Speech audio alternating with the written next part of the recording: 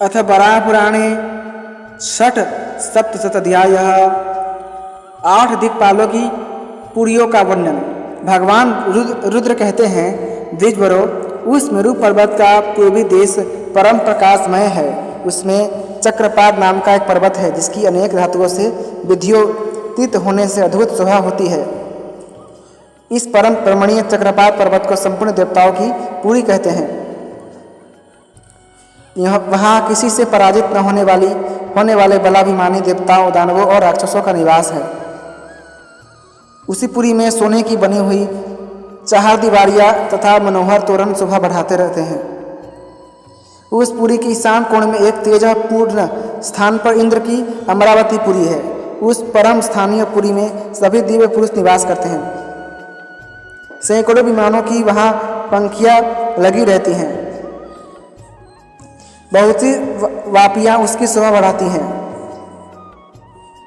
वहाँ हर्ष का कभी भी हास नहीं होता।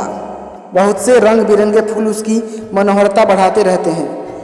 पातकाएँ एवं ध्वजाएँ माला सी बनकर उसे अत्यंत मनोमोहक बनाती है। इसी सिद्धियों से परिपूर्ण उस पुरी में देवता, यक्षगण, अप्सराएँ और ऋषि समुदाय निवास करते हैं। उस पुरी के मध्य भाग में हीरे एवं वेदुर में पणि की वेदी से मंडित सुधर्मा नाम की सभा है,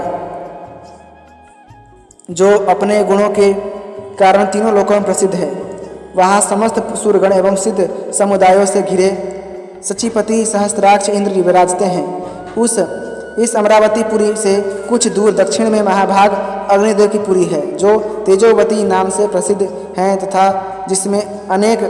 जिसमें अग्नि के समान गुण पाए जाते हैं। उसके दक्षिण में यमराज की संयमनी पुरी है।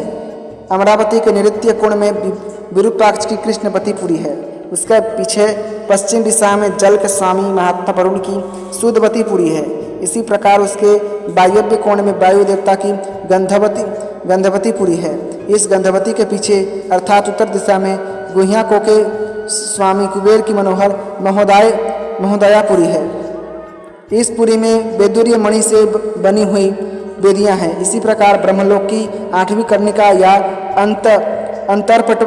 अंतरपट पर ईशान कोण में महान पुरुष भगवान रुद्र की पूरी शोभा पाती है, जो मनोहरा नाम से प्रसिद्ध है। इसमें अनेक प्रकार के भूत समुदाय, विविध भांति के पुष्प, ऊंचे भवन, वन और आश्रम हैं, जिनसे उसकी अद्भुत शोभा होती है। भगवान रुद्र का यह लोक सबके लिए प्रार्थना की विषय है, अभिलषणीय वस्तु है। अतः वराहपुराणे षट् सप्तशताध्यायः संपूर्णम्। इसी के साथ वराहपुर का 76वां अध्याय समाप्त हुआ। अतः वराहपुराणे सप्तशताध्यायः। मेरु पर्वत का वर्णन। भगवान रुद्र कहते हैं, द्विजवरों, मेरु पर्वत के मध्य भाग में कर्णिका का मूल है। उसका परिमाण 1 सहस्त्र योजन है। 48,000 योजन की गोलाई से शोभा पाने वाले पर्वतराज मेरु का यह मूल भाग है। उसकी मर्यादा के व्यवस्थापक 8 दिशाओं में 8 सुंदर पर्वत हैं। जठर और देवकुट नाम से प्रसिद्ध पूर्व दिशा में सीमा निश्चित करने वाले भी 2 पर्वत हैं। मेरु के अग्रभाग में मर्यादा की रक्षा करने वाले 4 पर्वतों के आगे 14 दूसरे पर्वत हैं, जो 7 द्वीप वाली पृथ्वी को अचल रखने में सहायक है। अनुमानतः उन पर्वतों की तिरछी होती हुई ऊपर तक की चौड़ाई 10,000 योजन होगी। इस पर जगह जगह हरिताल, मैनीशिला आदि धातुएं तथा सुवर्ण एवं मणिमंडित गुफाएं हैं, जो इसकी शोभा बढ़ाती हैं। सिद्धों के लिए अनेक भवन तथा क्रीड़ा स्थान से संपन्न होने के कारण इसकी शोभा सदा दीप्त होती रहती है। मेरुगिरी के पूर्व भाग में मंदराचल, दक्षिण में गंधमादन, पश्चिम में विपुल और पार्श्व भाग में सुपार्श्व पर्वत है। उन पर्वतों के शिखरों पर 4 महान वृक्ष हैं। अत्यंत समृद्धिशाली देवता, दैत्य और अप्सराएं उनकी सुरक्षा में सन्नद्ध रहते हैं।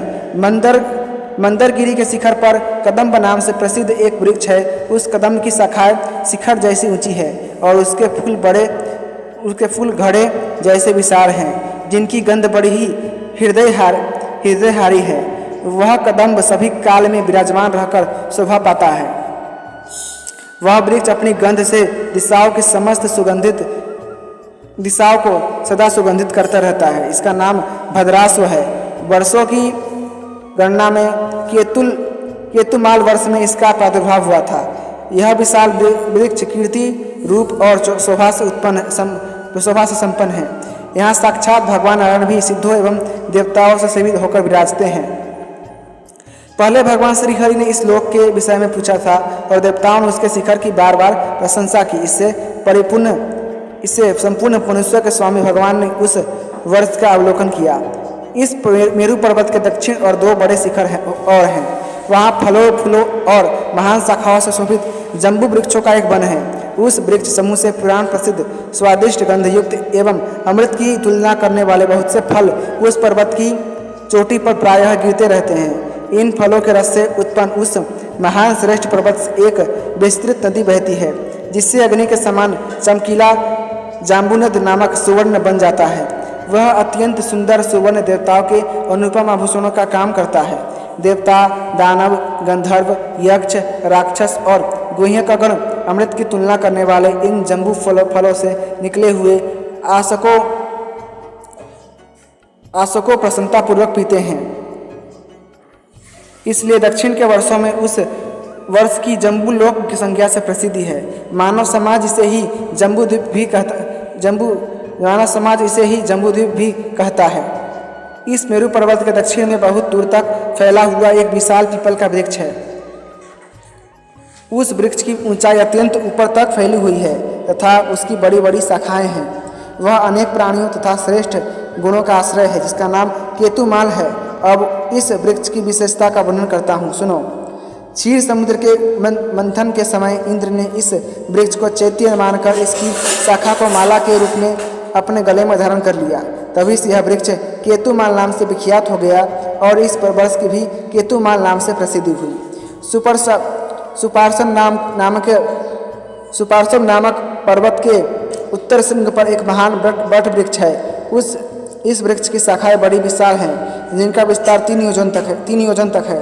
यह वृक्ष केतुमाल और इलावृत पर्वतों की सीमा पर है। इसके चारों ओर भांति भांति की लंबी शाखाएं अलंकार के रूप में विराजमान हैं तथा यह सिद्धगणों से सदा सुसेवित रहता है। ब्रह्मा जी के मानस पुत्र वहाँ प्रायः आते तथा उसकी प्रशंसा करते हैं। वहाँ 7 कुरु महात्मा निवास करते हैं, जिनके नाम से यह कुरु वर्ष प्रसिद्ध है। कुरु वर्ष के स्वामी वे 7 महात्मा पुरुष भी स्वर्ग एवं वरुणादि देवलोकों में प्रसिद्ध हैं। अतः वराह पुराण सप्तशत अध्याय संपूर्णम। इसी के साथ वराह पुराण का 77वां अध्याय समाप्त हुआ। यदि आपको वराह पुराण की ये कथाएं पसंद आती हैं तो कृपया करके वीडियो को लाइक करें, चैनल को सब्सक्राइब करें और अपने बंधु बांधवों के साथ जरूर शेयर कीजिएगा। धन्यवाद। जय श्रीमन्नारायण।